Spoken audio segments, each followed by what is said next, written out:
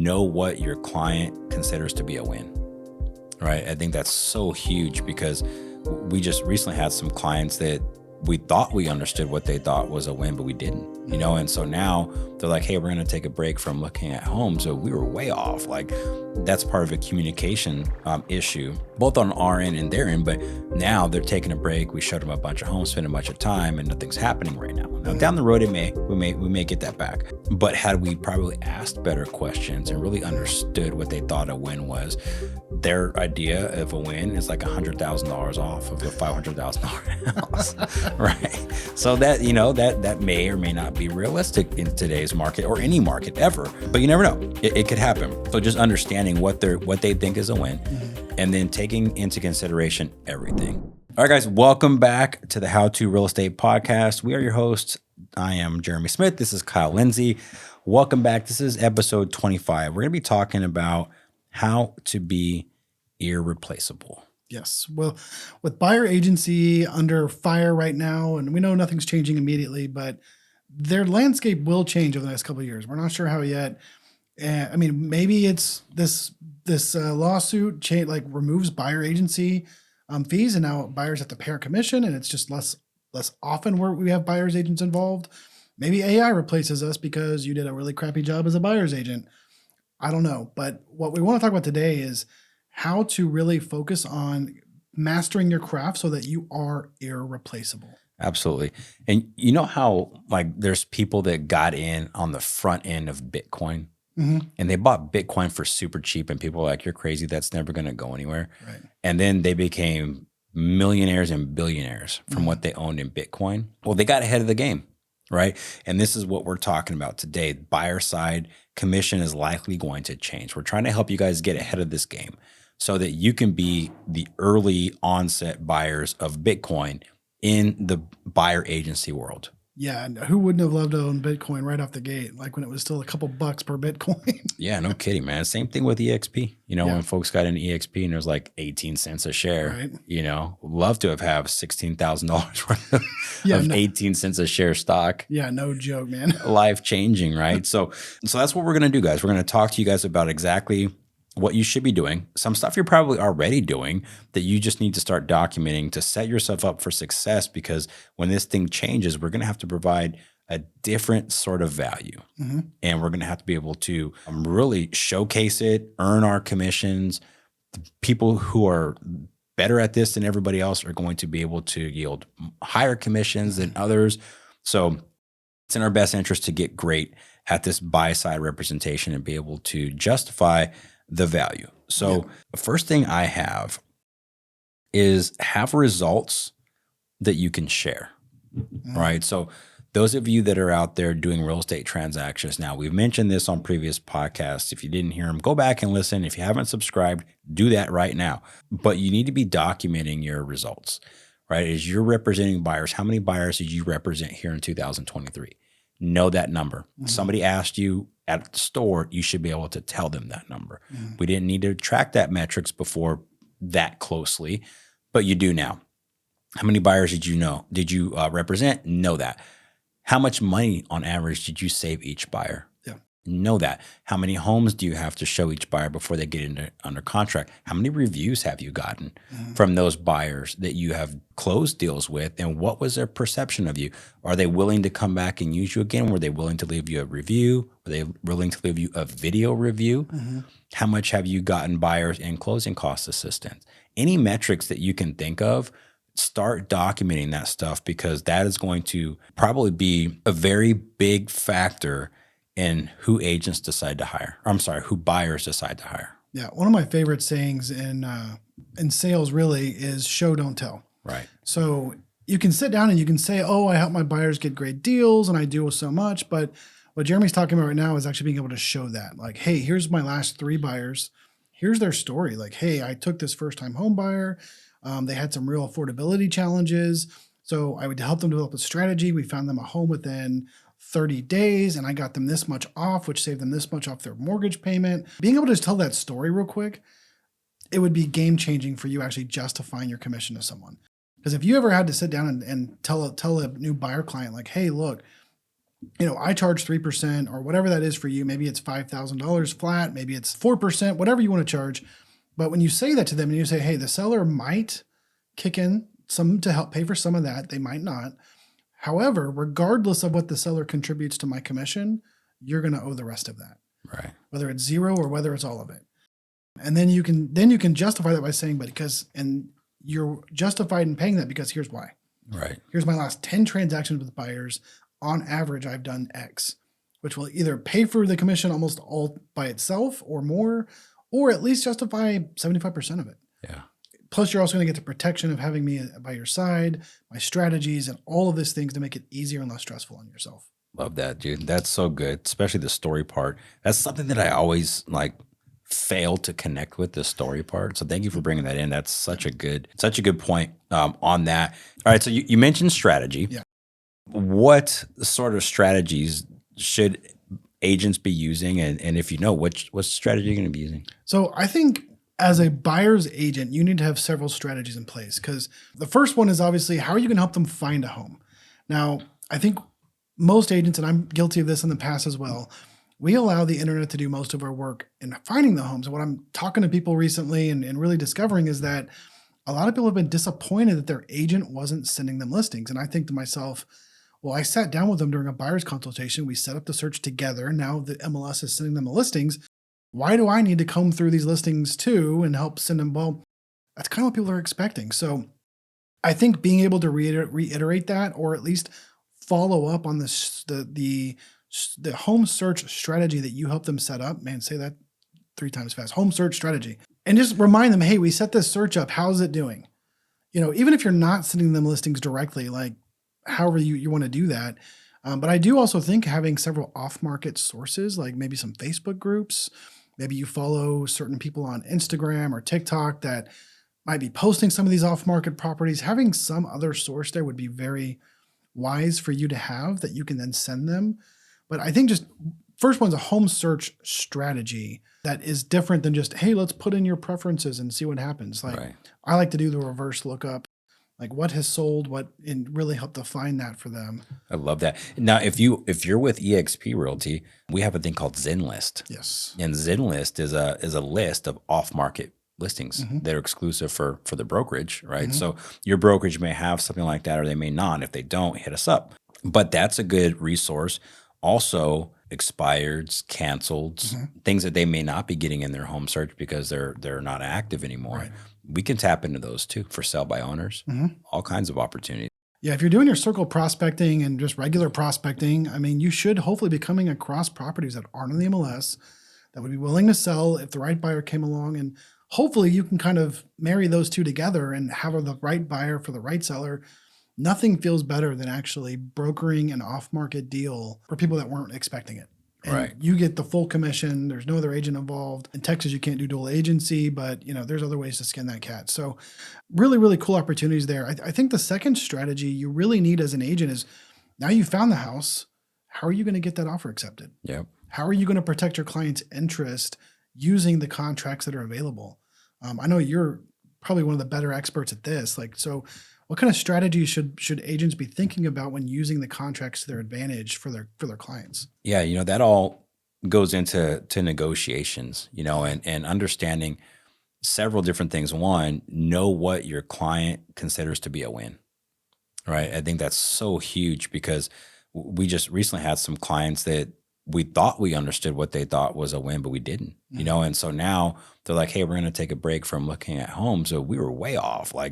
That's part of a communication issue, both on our end and their end. But now they're taking a break. We showed them a bunch of homes, spending a bunch of time, and nothing's happening right now. Now down the road, we may get that back. But had we probably asked better questions and really understood what they thought a win was, their idea of a win is like $100,000 off of a $500,000 house, right? So that that may or may not be realistic in today's market or any market ever. But you never know. It could happen. So just understanding what they think is a win, and then taking into consideration everything. So you look at a property, how long has it been on the market? How much are homes in that neighborhood or in that area getting compared to what they're listing at? What's that list to sales price ratio, right? what's their motivation? If you can get that information from the listing agent, that may help you, right? And then what's your buyer's bottom number, or their top number, right? What number are they like, hey, this number or the deal doesn't make sense for us?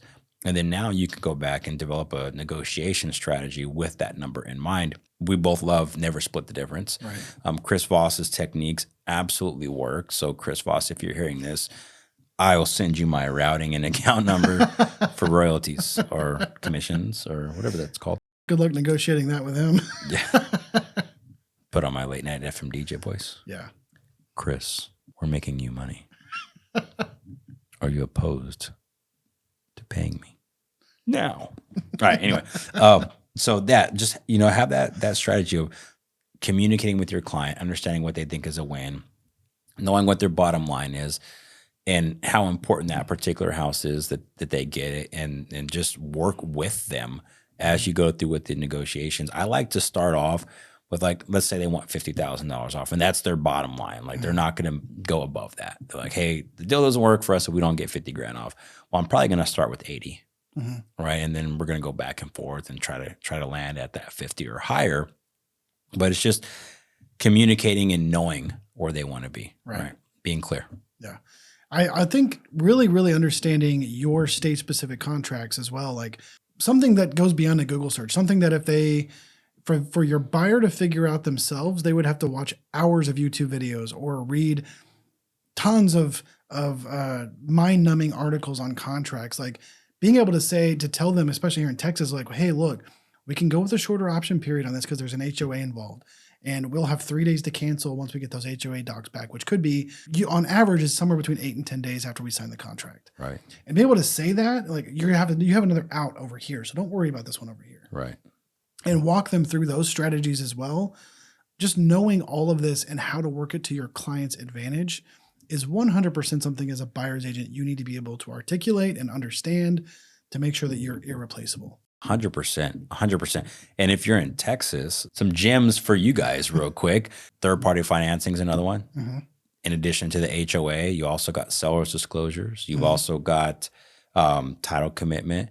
There's a bunch of things in there that will help you. And even small things like survey, right? Who pays for that survey? Well, you can strategically work that as well, right? If you know what the contract is, and then that you add that to your list of wins that you've got for your clients. So 100%, you've got to know the contracts. You've got to be very well versed in them. And as we walk the clients through the process, you also have to be very good at explaining. Yes. Right. Be very good at teaching your clients exactly what those contract documents say and they mean. Paraphrasing, of course, right? They're not here to learn every line, but explain it to them so that they have confidence in your ability to navigate them through this process and use those contracts for their best interest. Yeah, nothing worse than getting 3 weeks into an escrow or while you're under contract, and all of a sudden something pops out that your buyers have to do or perform, and they're like, "Well, I didn't know I had to do that." Right. And man, that doesn't feel good as an agent. Like, well, sorry, but yeah, you agreed to it, and here, and and this, and like, well, you didn't tell us that. Yeah. Oh, that's a bad feeling. Yeah. No, and nobody says, "Oh, because I didn't know." Yeah. Right. Exactly. Oh yeah. Well, the email must not come through. My text wasn't working. Whatever. Right. ChatGPT didn't tell me that I needed to say that. My broker never told me that. Yeah. Right. There's no excuse. Right. Ignorance is not an excuse from the law. We've got to make sure we know these things and we're educating them appropriately.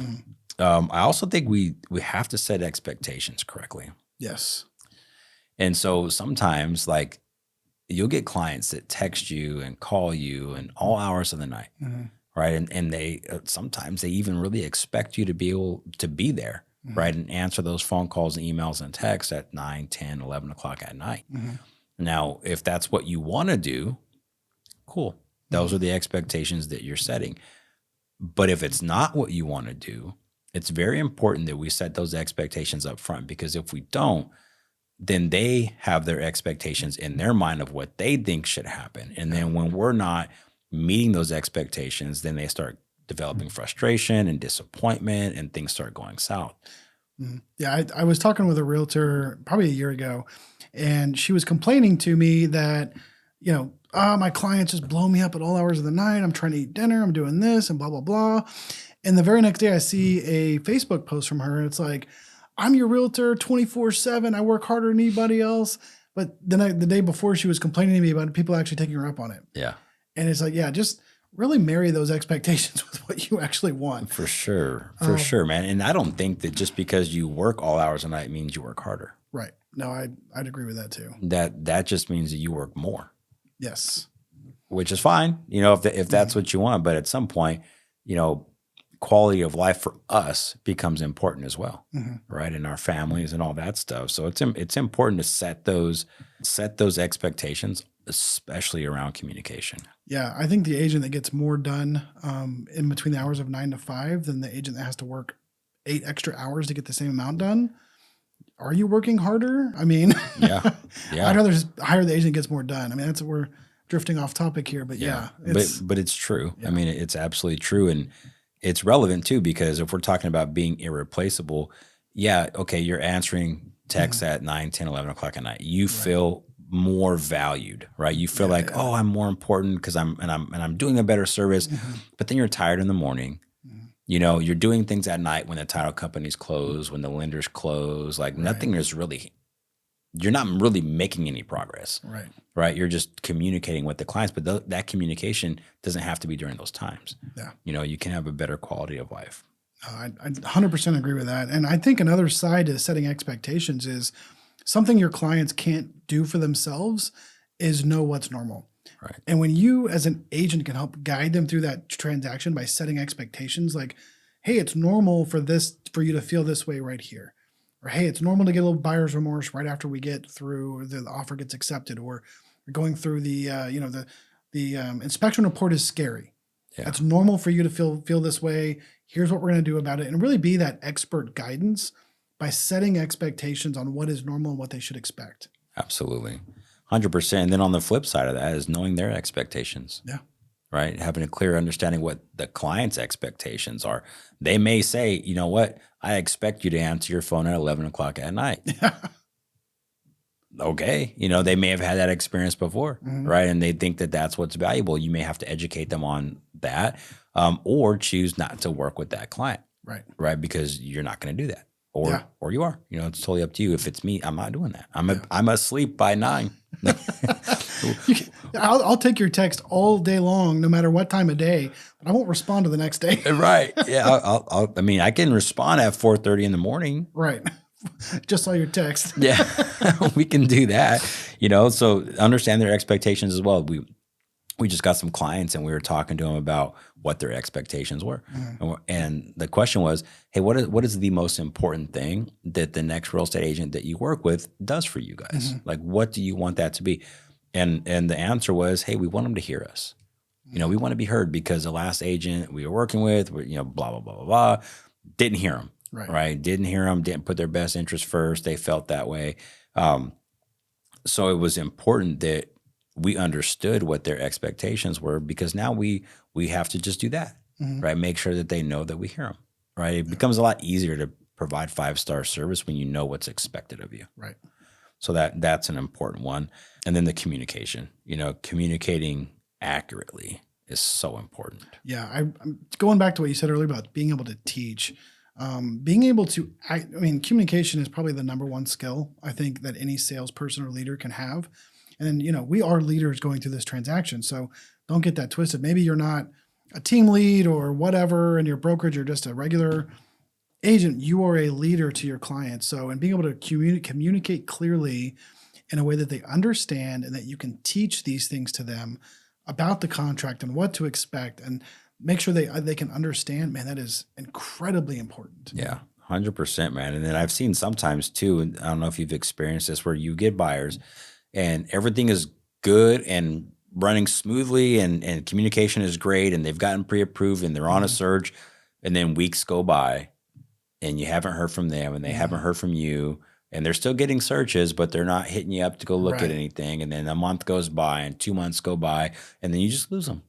Those buyers that you did all the work to get the appointment, you conducted the appointment, you converted it into a buyer or buyer rep agreement, and now you have a client, and communication just goes out the door. Yep. right? And that happens also with new construction. When you have a buyer that's buying a house that's getting built, and there's really not a lot for us to do. Right. And we just drop communication, and every single time those people are not happy. Yeah. They see that check at the end of the escrow, and they're like, "What the hell?" Like all you did was come to the. You came to one meeting and shook hands with the builder rep and didn't do anything. Yeah, now you're getting 15 grand. Right. Yeah. And then they're like, well, that scenario created a lot of real estate agents. Yeah. Yep. It really has. It created me, right? I'll be honest with you. Yeah. Our agent, when we bought our house in Dorado Ranch, I mean, just took us there. It was a spec home, so it was already built, and had to sign paperwork with D.R. Horton. Yeah, we'll buy it. Boom, did it. Disappeared. Yep. Didn't come to closing. Didn't bring us a closing gift. Didn't say hey, hi, or you. Nothing. Right. And then we saw his check at the end. I'm like, I'm in the wrong damn business. Yeah, right. I need to get back into real estate. Yeah. That was the motivator. So yeah, definitely figure out a system for communicating with your buyers that are looking, your buyers that are building. Stay in very close communication with them at least once a week. Yes. Right. At least once a week. If you need to write it down on a whiteboard so that you see their names every single day, develop a love for them, you got to do it. Yeah. You should have a day that you're calling all of your listings, or at least sending them an email, a text, communication of some sort every day, at least once a week. I'd recommend a phone call. And then one day for your buyer separate. They could be the same day, but I like to separate my two. And that way you're touching base. Yeah, touch base with them once a week. Because once again, that's something that helps them stay motivated and will help them remember that they actually have an agent and they're shopping for a house. Yeah. Yeah. So I'm going to tell a story real quick about a mess up I did. And it hurt. Like it hurt when I learned this. And this is recent. Had clients, was super busy, helped them sell a house and buy a house at the same time. So they bought this house. And they bought it like an hour away, right? And I helped them with the purchase, all of that. I got busy. I don't remember exactly what happened, but there's no excuse. I wasn't there, right? I wasn't at the closing. I guess they just closed and we all went on with our lives, right? Totally dropped the ball on this. About 3 or 4 months ago, I see them, and because I'm friends with them on Facebook, right? So about 3 or 4 months ago, I see that they're like, hey, we're moving to Oklahoma. Let's just say, maybe it was, I don't remember. They're moving out of state. And they're like, house is under contract and da-da-da-da. And I was like, what? Your house is under contract? So I'm like, okay, well, obviously they didn't call me for a reason. Right. So I hit them up. I'm like, hey, man, congrats on the move. So happy for you guys. I feel like maybe I did something to drop the ball, so can you give me any feedback, on why you guys didn't call me? They're like, yeah, we just kind of felt like the price point, and this is what hurt. Like the price point we were buying in wasn't high enough, and so you kind of like didn't pay us a lot of attention. And we saw on Facebook what you've been doing for other of your clients when they close, and we didn't get any of that. So we kind of felt like, dude, and I'm like, that is so opposite of where my heart is with it. But it was a reality check. Yeah. I totally screwed that up. I totally up. That button. Should have never found that button. I should have never found that. But I did, right? I totally screwed up. I let these folks down, and it's not really so much about the money for me. It's about the fact that I didn't do what I was supposed to do to make these people feel valued. Yes. Right. As a matter of fact, I gaffed it off so much that they felt devalued by me, and we hashed out. I apologized profusely. They accepted my apology. It's not an issue. We're still friends. Right. And I'm glad that they got their house sold and they had a good experience and got all moved. But had I been communicating better, that wouldn't have happened. Yeah. That goes to another like consistency thing too. Like, yeah, especially like they've seen you do things on Facebook and then they didn't get the same thing. It's like, oh, yeah. Well, it's one of those things where they're building. Yeah. You know what I'm saying? And all I could think of is I just got so busy, wrapped up in other things. I totally forgot about it, which is not an excuse. It's a hole in the ship, right? Which I'm glad I see it. I wish it had not have been there, but the opportunity is there for me to learn, right? And never let that happen again. Difference between reasons and excuse. Yeah, absolutely. Anyway. We learn from it. So that kind of leads me into my last point that I want to make. And that's focusing on really building genuine human connections. That's a good one. Yeah, AI can't do that yet.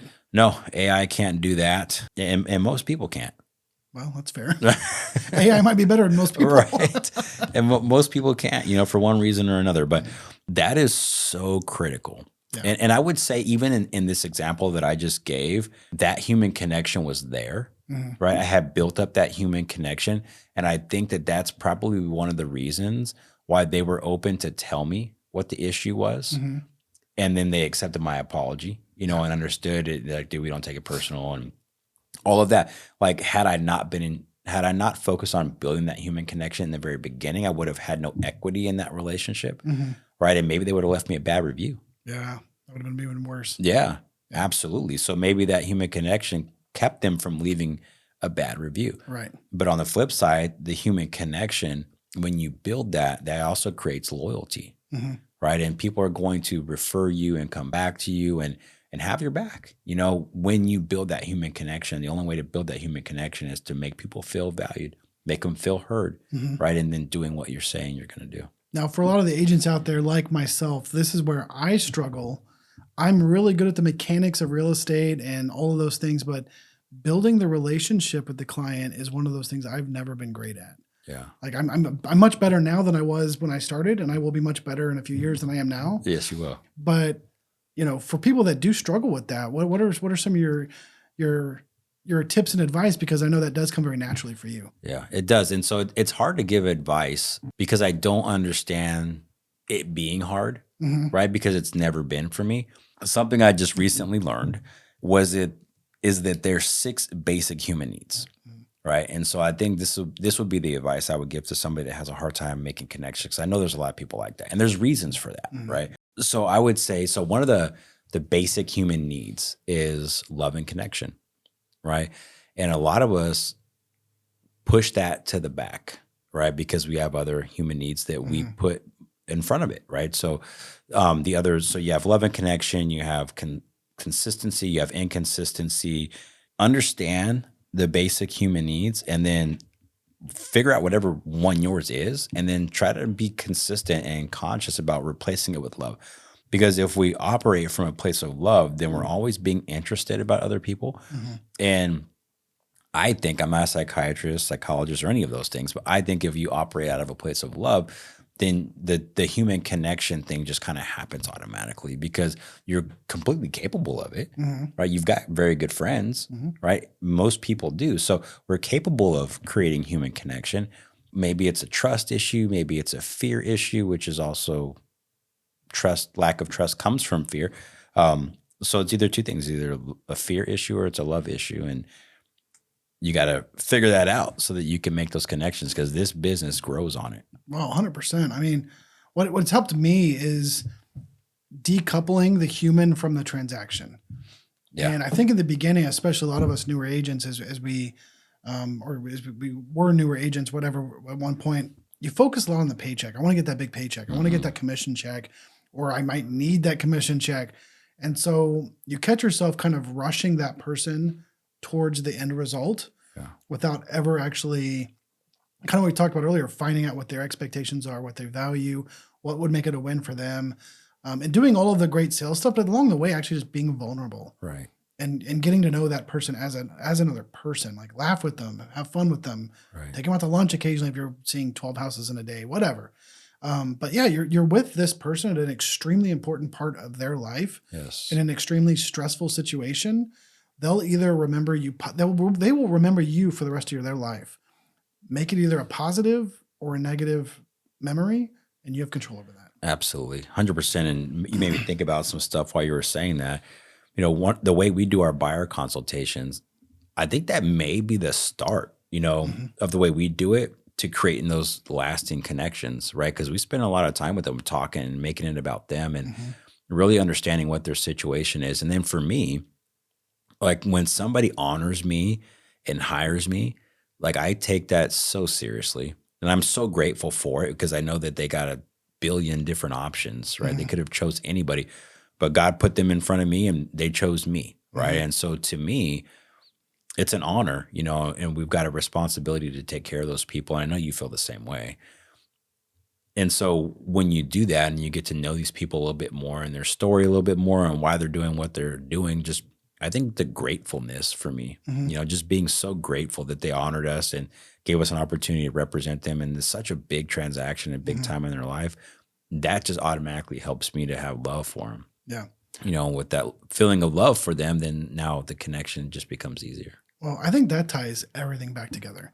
Yeah, All of these things don't matter if you don't care about the person you're serving. certainly. So who cares if you're, and people can tell that. I mean, think back to a time when you've been anywhere, fast food, restaurant, Best Buy, buying a television, even just a cold call on the telephone or whatever. And you could tell the person you're talking to doesn't give a about you.